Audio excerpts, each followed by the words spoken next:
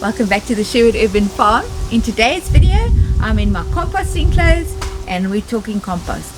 So Jeff Lawton, who is like the permaculture guru man in Australia, he has shown a recent, sort of relatively recent video how he makes compost in 18 days.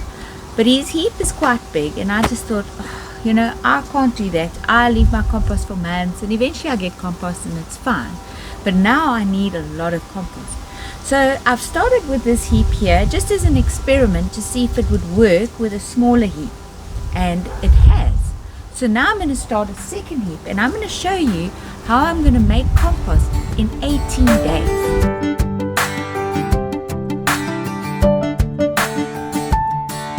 So the ticket to making a compost heap in 18 days is to have all the material that you're going to put into the compost ready. This is a heap that I just started sort of collecting the materials. I cleaned out the vegetable garden, so there's some stuff there. Then there's some kitchen waste. And so far I've just been piling the things on until I have gathered enough of all my other materials. So what I'm going to do is, I'm going to actually officially start my compost heap over here. So this is going to be the first sort of day one of starting this compost. So I'm not going to count this as part of the composting process. And then I'm going to just sort of put that here. I've also, from the last chicken processing, which I did this morning, I've got all the feathers and goodies that I'm going to just sort of put at the bottom. That's going to be interesting to see how that turns out. But anyways, and then I've got grass clippings, I've got some chicken manure, I've got bedding from the rabbits' coop. We put them in a stationary place in over winter, and then they've got some deep bedding, so I've got some of that. And what else have I got? Yeah, just the regular kitchen waste as well. So I'm going to, as I'm putting the stuff down, then I'll show you exactly what I'm doing. I think actually what I'm first going to put down is some grass, just to keep everything together here.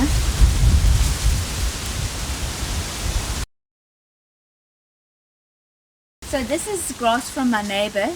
Whenever she mows, then I just go over there with my wheelbarrow and I come and fetch her grass, which helps us both.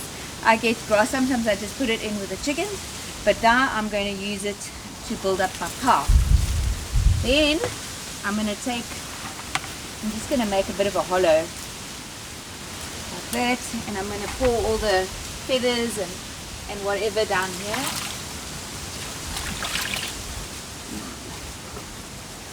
Okay, and then I'm going to pile on some of this here. I've also even got some wood ash from the wood-fired oven. It adds potassium to the heap, but I think that's good for roots, not sure.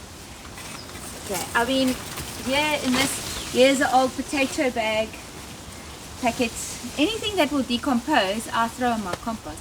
I even toilet rolls, brown, like boxes, I take the tape off first. I used to just throw it all in, but then as you're busy with your compost and you've got strips of tape, the plastic, that's not nice. Anyway, so I take it off first.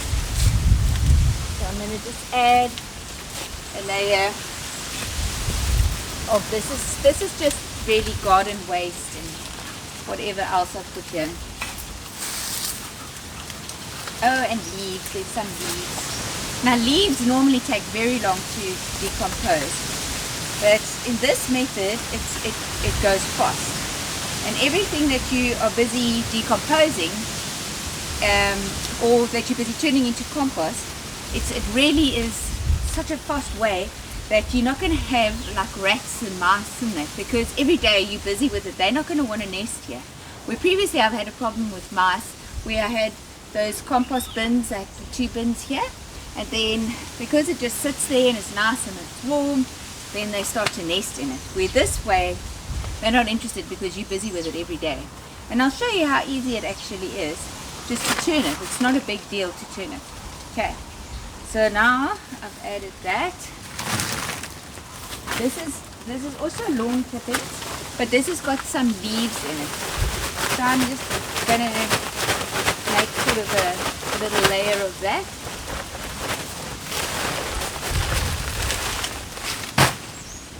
And then, so the idea is you want to have equal parts green and brown.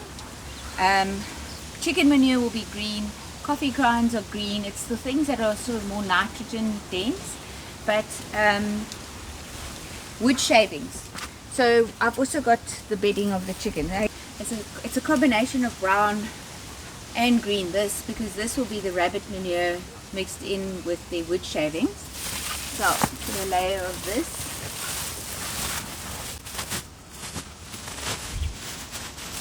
I don't think it's an exact science, guys.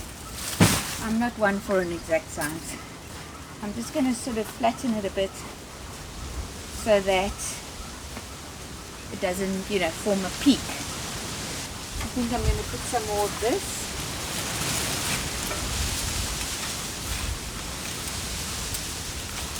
If you have a garden shredder, that is like a game changer, because then you're not going to struggle like this. These are the vines of the butternut squash, so it's a pain. If I had a shredder, I have a shredder, but the blade broke and I can't seem to find another blade. So let's put a bit of this here. This is from the kitchen. Eggshells, some toilet rolls, the inners, serviettes. That's all in here. Oh, and coffee grounds and tea bags, that type of thing. So anything the chickens won't eat, okay, they will eat the eggshells. Some people throw the eggshells into my compost. They get a bit annoyed. It should go to the chickens. They love it. Okay, and what else can I put in here? Oh, some more grass. So just with the grass, you don't want to make it too thick, because although actually it doesn't matter, because you're turning it every day, so it doesn't really matter. When you do a compost heap like I always used to do it, and you're putting your stuff together, then it's not recommended to have a very thick layer of the grass, because what happens is it sort of turns into this sludgy mess and it becomes anaerobic. But because you're turning it every day, you're giving it the oxygen that it needs. And you can't believe how hot this compost heap is going to get, which is going to be great, because people are always on about weed seeds. I don't really care much for the weed seeds. I'll show you the compost that I've put in my raised beds. I get germination of weeds. I'll just pick it all out. I don't disturb it too much though, because I don't want to get all the seeds germinating. And then once I've sort of picked out all the tiny little things that have germinated, then generally that's the end of it. There might be one or two seeds that have blown in, who knows. But I don't worry too much about the weed seeds. But this is going to be amazing. Because just judging from that heap, which I'll show you just now, it gets hot, eh? It gets hot. Okay, so that's the sort of the green. Put some more wood shavings down. If you've got if your kids do horse riding, you've got access to bedding from stables. Oh, that's first prize. I have got a friend. She keeps telling me to come and fetch. I must just go around there and do that. But for now, I've got, this is the rabbit bedding, and then what shall we put? A little bit. This is the grass and leaves. But I mean, this will be like it really is sort of quite a combination of brown and green. I just can't measure everything out exactly, and when you're in your little backyard, it's difficult to make it exact, but I think this is going to be great. Okay, so I just want to mention that we've got a lot of rain recently. So if it was very dry, well, like this is quite dry. So now I'm going to add this some water. This is the water from the scalding. Just going to add some water. It is crucial that your materials are wet, not like dripping wet, but nice and moist. If it's too wet, then it's no good. But what I did with that heap in the beginning, everything was super dry because we hadn't had rain. And so as I was turning, then I would periodically, I'd stop and wet it, and turn, stop, wet it. And now I don't have to do that because of all the rain we've been getting. But this was dry because that was what I had kept in the shed, so it didn't get wet.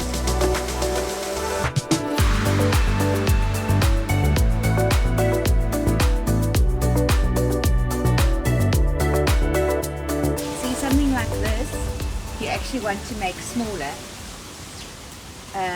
So you want to cut it up into smaller bits. But I'm just going to stick it on here like that now because it's already actually kind of decomposing.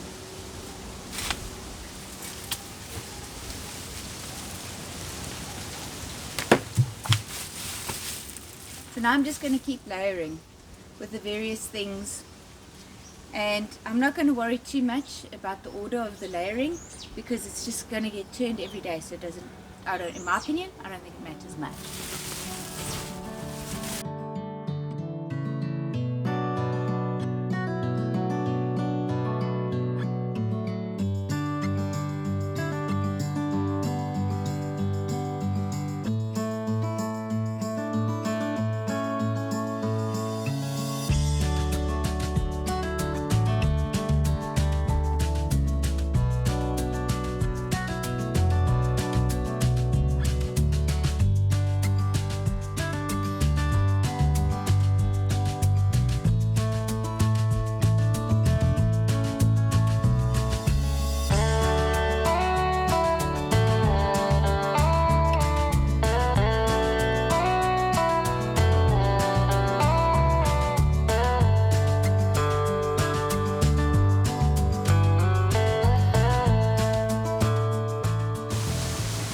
So I'm going to give it a bit of a water now because some of the materials is drier than I thought.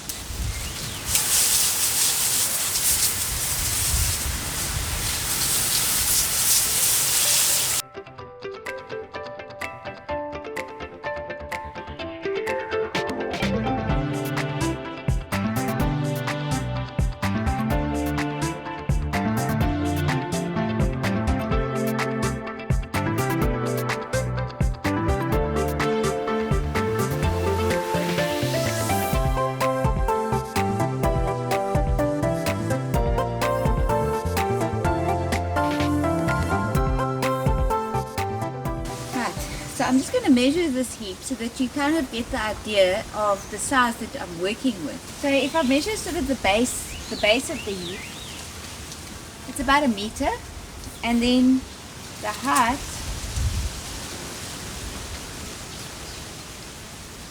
I'd say about 70 centimeters. So this is not a very big heap, which makes it manageable for somebody in their backyard. The heap that Jeff Lawton's talking about, what other people are talking about, they're saying at least 1 meter by 1 meter. So this is a little bit like that, but my heap that's over there is smaller. It was, I mean, obviously it starts with big and then as it's decomposing it gets smaller, but it was about this size. So, and it's heating up beautifully and it's decomposing beautifully. I haven't been able to turn it every single day, but I'm going to show you what that one is looking like so far.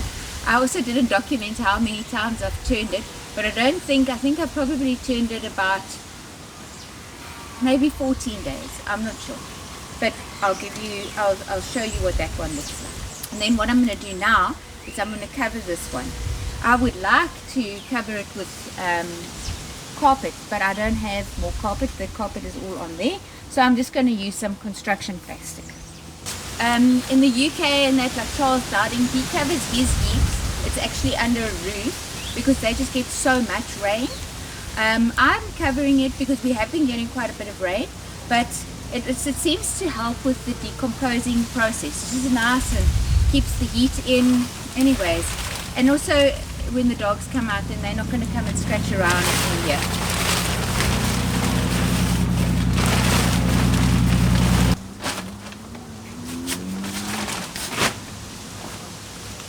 So I'm going to show you what this one looks like.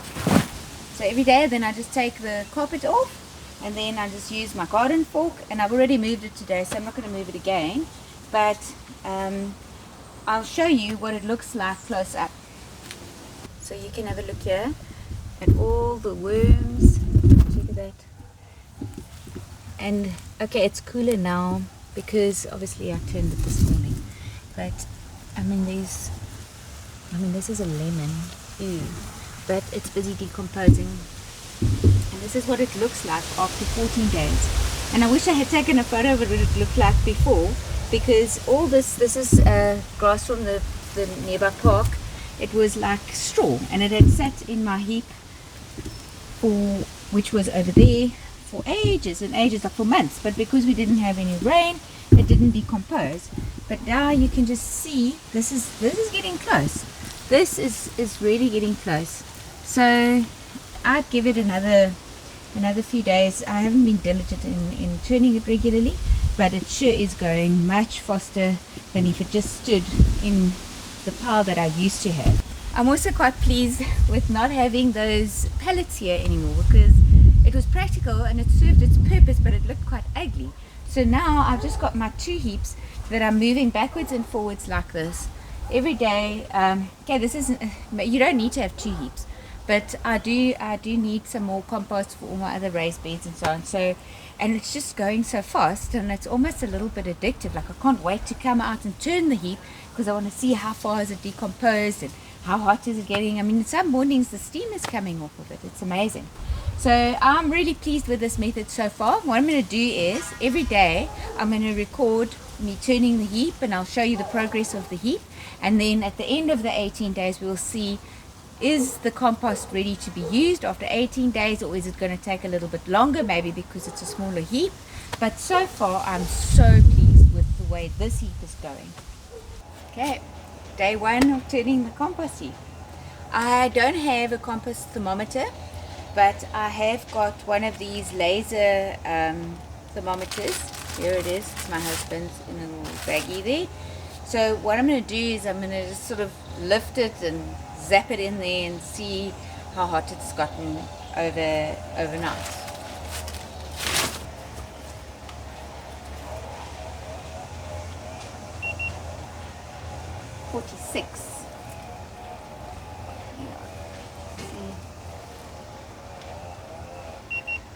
Yeah, 46 degrees in the middle of this heat.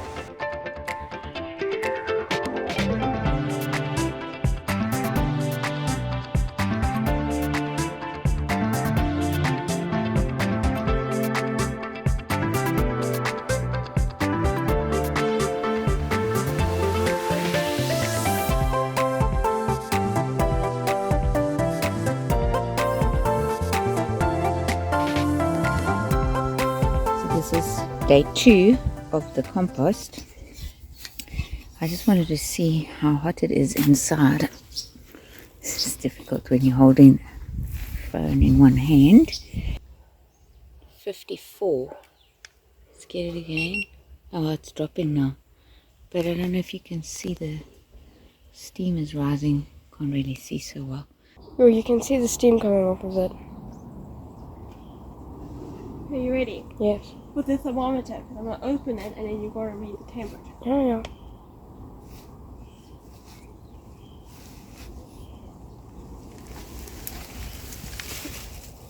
yeah. Yo. 51.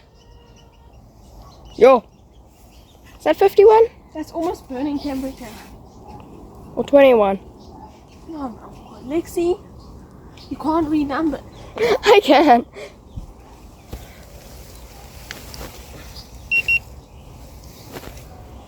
I'm pretty sure that's a 5, right? 53. Yesterday. So now it is day 6 of moving this compost heap. You cannot believe how quickly these things are decomposing. I put some stuff in here, chicken offal and stuff. The next day, some of it was gone. It's incredible. It's incredible. It seems to be it's the amount of oxygen that it's getting. I'm going to turn the compost heap now, and then I'm going to give you a close-up of what it's looking like just after 6 days. It's really incredible. You can see already. Oh, look at that steam coming off. But a lot of this stuff is very well decomposed. And then, I mean, you can just have a look at that. 6 days.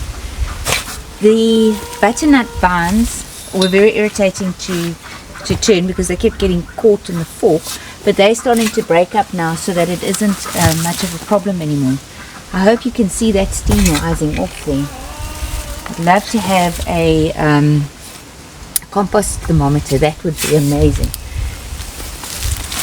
But I'm pleased. I mean, I think it's heating up enough, and already you can just see the difference.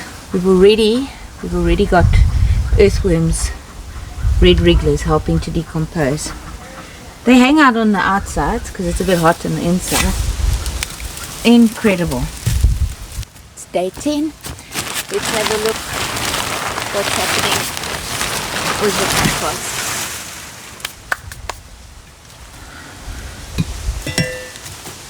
It's very warm. It's very warm. But look at this. Black soldier fly larvae. Look at that. Yesterday when I opened it, the whole thing was covered with them. So they're helping to decompose the compost as well. I've been trying to farm them. I couldn't get them to come into my box. But here they've arrived all by themselves. Oh, I wonder what that is. Oh, here's some more. Some more black soldier fly larvae. This looks like the pupa of some kind of fly. Big fly. I don't know if I want that. Anyway.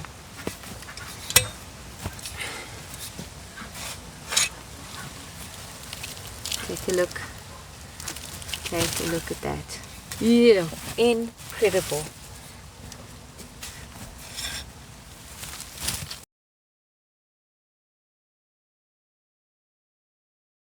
In a small heap like this, I am able to make compost within a month. Let's have a look, see what it looks like, and then I'm going to put it into feed bags, and then I'll leave it so until I need to use it. So I don't need anything right now.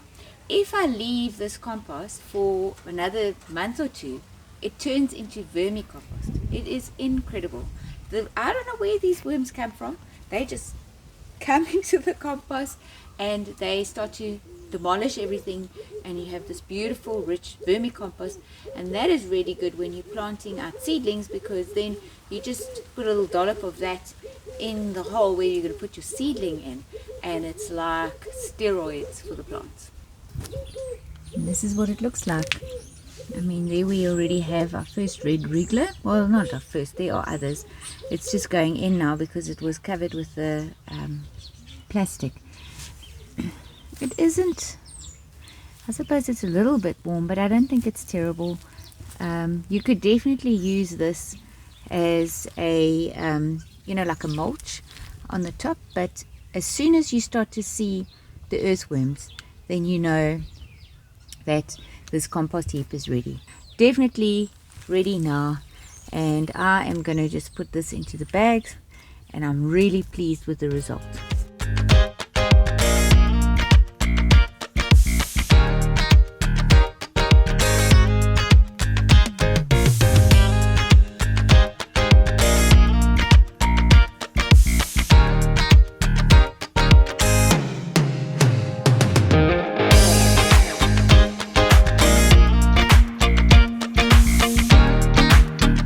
I got 5 half-full feed bags. These are 50 kg feed bags. I don't fill it all the way to the top, otherwise it's difficult for me to move it around the garden. I think I have saved a lot of money here, guys. This, let's say, there's probably maybe 2, let's say there are 2 compost bags per bag. That makes it 10 compost bags at 40 Rand a bag. Now we're looking at 400 Rands worth of compost here. I mean, this is like, and this is top-notch compost.